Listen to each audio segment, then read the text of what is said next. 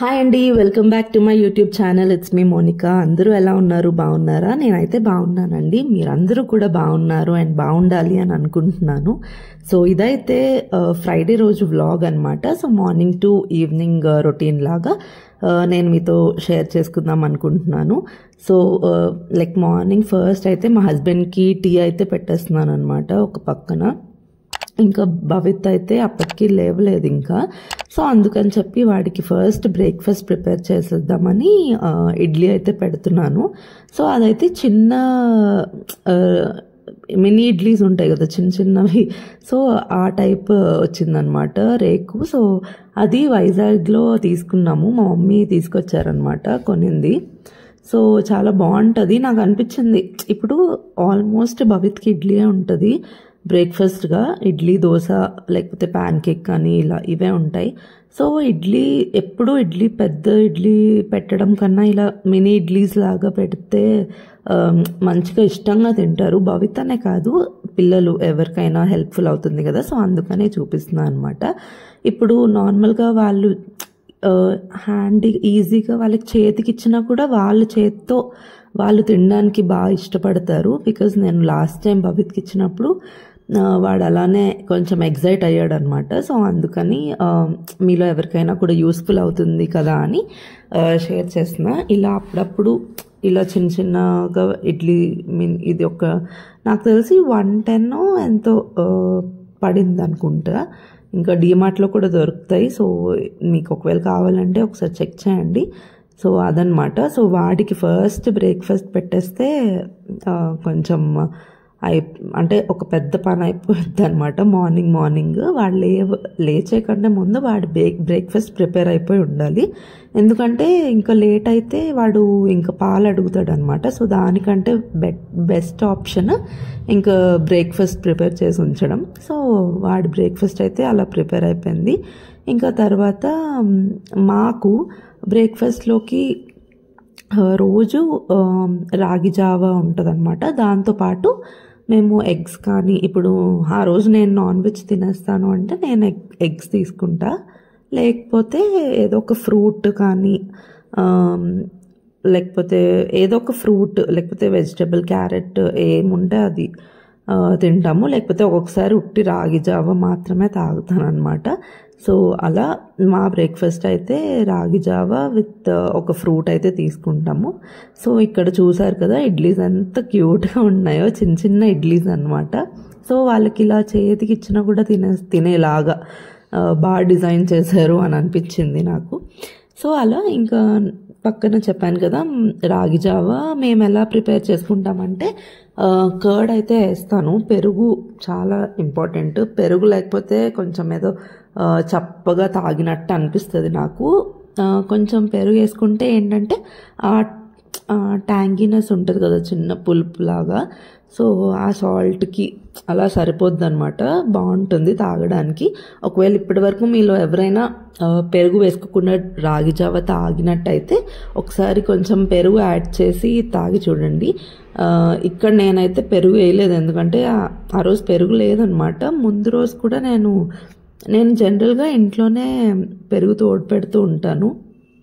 కానీ ఆ రోజు ఏంటంటే, అంటే మేము 3-4 డేస్ బ్యాకే కదా వచ్చాము వైజాగ్ నుంచి. ఇంకా ప్యాకెట్ అయితే తెచ్చాము. ఆ ప్యాకెటే మాకు 3-4 డేస్, చలికాలం కదా, పెరుగు ఎక్కువ తినాలనిపించదు. ఓన్లీ రైస్ తర్వాత కొంచెం తింటామేమో అంతే. ఇంకా చూసారా మా బ్రేక్ఫాస్ట్ అయితే అది రాగి జావ విత్ జామకాయ ఫ్రూట్ ఉంది. సో అదే ఆ రోజు బ్రేక్ఫాస్ట్ అనమాట. ఇంకా ఆ తర్వాత నేను అవి రెడీ చేసేసుకున్న తర్వాత, బ్రేక్ఫాస్ట్ రెడీ చేసిన తర్వాత ఇంకా దీపం కూడా పెట్టేసుకున్నాను దేవుడి దగ్గర. ఇంకా ఏముంది, తర్వాత వర్క్ చేసుకున్నాను అనమాట. యాక్చువల్లీ ఆ రోజు నేను జనరల్గా మార్నింగ్ నేను లాగిన్ అయ్యే లోపే వంట ఫినిష్ చేసేయడానికి చూస్తాను. బట్ ఆ రోజు మేము లంచ్ ఏం చేద్దాం అనుకున్నామంటే ఇలా ఎగ్ బుర్జీ చాలా డేస్ అయిపోయింది అనమాట. ఆల్మోస్ట్ 2 months పైనే అయిపోయింది అనుకుంటా ఎగ్ బుర్జీ తిని. సో మేమైతే ఉక్కిరి అంటాం. సో మీరేమంటారో నాకు కామెంట్ సెక్షన్లో కామెంట్ చేయండి. సో ఉక్కిరి వేసుకొని చాలా 2 months అయిపోయింది. ఇంకా మేము వచ్చాం కదా, ఇంకా ఉక్కిరేసుకుందాం అనుకున్నాం. సో ఆబ్వియస్గా ఎగ్ బుర్జీ అంటే అప్పటికప్పుడు చేసుకుంటే బాగుంటుంది కదా, అండ్ ఈజీగా అయిపోద్ది, అంత టైం ఏం పట్టదు. ఏది అంత టైం, నేను మ్యాక్సిమం సింపుల్గానే తేల్చేసుకుంటాను అనమాట. అంత పెద్ద పెద్ద వంటలు ఆఫీస్ ఉన్నప్పుడు పెట్టుకోను, వీకెండ్స్లో అయితే పెట్టుకుంటాను. కానీ ఇలా వీక్ డేస్లో అయితే మాత్రం ఈజీగా సింపుల్గా అయిపోయేవే చేసుకుంటాను. బట్ ఆ రోజు ఏంటంటే ఇంకా ఎగ్ బుర్జీయే కదా, అప్పటికప్పుడు చేసేసుకోవచ్చులే అని చెప్పి ఇంకా వర్క్ అంతా చేసుకొని ఇంకా ఆఫ్టర్నూన్ బ్రేక్ టైం ఉంటుంది కదా, కొంచెం 12:30 ఆ టైంకి ఇంకా వంట స్టార్ట్ చేశాను. నేనేంటంటే రైస్ ఫస్టే కడిగేసి పెట్టేసుకుంటాను అనమాట, కొంచెం నానుతుంది. ఎందుకంటే భవిత్కి నేను వేరేగా పెట్టను రైస్, వాడు మెత్తగా తింటాడు కొంచెం, అందుకనే వేరేగా పెట్టను. వాష్ చేసి ఉంచేస్తే అది నానుతుంది కదా, ఒక 15 minutes 20 minutes. కానీ ఇంకా అప్పటికప్పుడు అలా కుక్కర్ పెట్టేస్తే వాడు తినే టైంకి అండ్ మేము తినడానికి కూడా సరిపోతుంది కదా అని చెప్పి ఇంకా పెట్టేస్తాను ఒకేసారి. ఇంకా ముందు రసం అయితే ప్రిపేర్ చేస్తాను. నాకైతే రసంతో ఏమీ తిన్ను, కానీ ఊరికే అలా ఉంటే బాగుంటుంది కదా, మా హస్బెండ్ తింటారనమాట, చారు వేసుకుంటారు. సో అందుకని కొంచెం రసం అయితే పెట్టేశాను. తర్వాత ఇంకా ఎగ్ బుర్జీ అయితే చేస్తున్నాను. నేను ఎగ్ బుర్జీ ఎలా చేస్తానో చూపిస్తున్నాను. చాలా సింపుల్ అండ్ చాలా టేస్టీగా ఉంటుంది. ఒకసారి ఇలా కూడా చేయండి, ఏం మసాలాస్ అవి వేసుకోవద్దు. వేసుకోకుండా కూడా ఒక్కొక్కసారి ట్రై చేస్తేనే కదా మనకు తెలుస్తుంది. చాలామంది ఏంటంటే గరం మసాలా అవన్నీ వేస్తారు, పెప్పర్ పౌడరు, కొత్తిమీర, కరివేపాకు అవన్నీ. సో కొత్తిమీర కరివేపాకు వరకు ఓకే, కానీ ఇలా మసాలాస్ ఎక్కువ ఎందుకు అనిపిస్తుంది నాకైతే. ఇలా ప్లెయిన్గా చేసుకుంటేనే చాలా టేస్టీగా ఉంటుంది. సో ఫస్ట్ అయితే నేను ఆనియన్స్, గ్రీన్ చిల్లీస్, ఇంకా టొమాటో, ఒక్క చిన్న మీడియం సైజ్ టొమాటో అయితే సరిపోద్ది. ముందైతే నేను టొమాటో కూడా వేసేదాన్ని కాదు, జస్ట్ ప్లెయిన్గా చేసేసుకునేదాన్ని. బట్ ఒకసారి టొమాటో కూడా వేసి ట్రై చేశాను అనమాట, అసలు ఎలా ఉంటుంది అని చెప్పి. సో నాకు బాగానే అనిపించింది టొమాటో వేసిన తర్వాత కూడా. ఇంకా అప్పటి నుంచి ఒక చిన్న టొమాటో, ఎక్కువ పెద్దది వేస్తే అసలు బాగోదు. సో చిన్నది ఒక medium are small size tomato వేసుకోండి, సరిపోతుంది. సో అది సాఫ్ట్గా కుక్ అయిపోవాలన్నమాట. కుక్ అయిన తర్వాత కొంచెం పసుపు, ఇంకా కొంచెం కారం వేసుకున్నాను. కారం పచ్చివాసన వస్తుంది కదా, అందుకని వాటర్ వేసుకుంటాను అనమాట. అండ్ అడుగు అంటుతుంది కదా స్టీల్ దాంట్లో, అయితే కొంచెం సిమ్లో పెట్టుకొని జాగ్రత్తగా వండుకోవాలన్నమాట. సో అందుకని కొంచెం వాటర్ వేసాను, ఆ కారం, పచ్చి కారం స్మెల్ పోవడానికి, అండ్ ఆల్సో అడుగు అంటకూడదు అని వాటర్ వేసుకున్నాను. సో ఆ వాటర్ అంతా కొంచెం దగ్గరికి అయ్యే స్టేజ్లో ఇంకా ఎగ్స్ వేసేస్తాను అనమాట. ఎగ్స్ కూడా వేసుకొని కొంచెం ఒక్క 2 minutes అలా వదిలేయండి.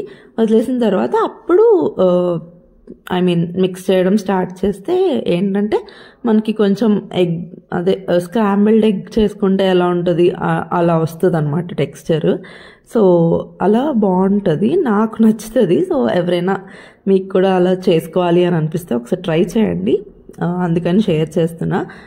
సో అంతే అనమాట. సో నా కర్రీ అయితే రెడీ అయిపోయింది. ఇంకా కరివేపాకు ఉంటే లాస్ట్లో వేసేదాన్ని, బట్ కరివేపాకు లేదు. మాకు సండే అనమాట మార్కెట్, సో సండే వెళ్ళి అన్నీ తెచ్చుకోవాలి. సో అలా మా లంచ్ మంచిగా వైట్ రైస్, కొంచెం ఎగ్ బుర్జీ, రసంతో అలా కానిచ్చేసామన్నమాట.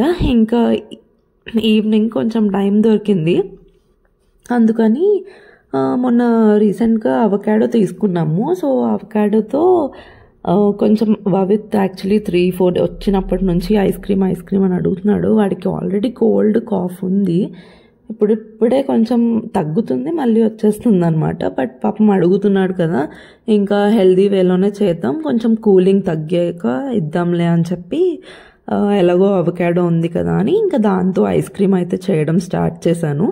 సో ఎలా చేస్తున్నానంటే చాలా బాగా రైపెన్ది తీసుకోవాలి, ముగ్గినది తీసుకోవాలన్నమాట అవకాడో. సో అది ఇలా మన స్పూన్తో ఇలా తీస్తే మొత్తం వచ్చేస్తుంది అనమాట. సో దాంట్లో నేను ఏమేమి వేసానంటే కొంచెం బెల్లం, హనీ వేసాను. ఇంకా ఇంకా ఒక హెల్దీ వెయిట్ గెయిన్ పౌడర్ ఒకటి చేశానండి. యాక్చువల్లీ అది వేద్దాం అనుకున్నాను, బట్ మర్చిపోయాను అనమాట.